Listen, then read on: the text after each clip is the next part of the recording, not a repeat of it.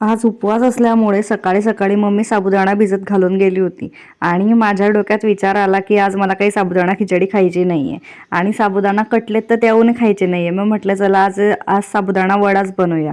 तसा काही मला साबुदाणा वडा फारसा बनवता येत नाही, कारण मला साबुदाणा थालीपीठ आणि साबुदाणा कटलेटच फार आवडतात. जास्त ऑइली मला आवडत नाही, साबुदाणा वडा तरी.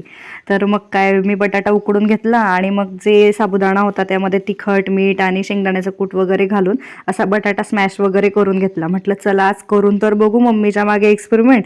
पण तेवढ्यात मग मम्मी घरी आली आणि मम्मी बोलली, नको बाई रिकामे कामं करू, मीच करून देते. तू एक काम करायला जाशील आणि 10 कामं वाढवून ठेवशील साबुदाणा वड्याच्या बाबतीत तरी.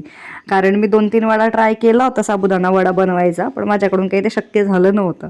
मग काय मी असं बॅटर वगैरे बनवून घेतलं, पण बाकी साबुदाणा वडा तळायला तर मम्मीनेच तळून दिलेला. बाकी मी असे वडाचे जे होतं ते बनवून ठेवलेलं, बाकी तळायला मम्मीनेच तळून दिला होता. तसं मी ठरवलं होतं की आजपासून एक फ्रूट खायचं, तर मी फ्रूटसुद्धा घेतले होते खायला. पाईनॅपल आणि काय म्हणता संत्री आणले होते काल मार्केटमधून. ते तुम्हाला नेक्स्ट व्हिडिओमध्ये दाखवते. आणि हे सेफ साईड म्हटलं, साबुदाणा वडा जर चांगला नाही झाला, तो जर जास्तच ऑइली झाला किंवा याच्यामध्ये तुटून गेला, तर त्याच्यासाठी मी सेफ साईड असं केलं होतं की वेफर्स चकल्यासुद्धा तळून घेतल्या होत्या.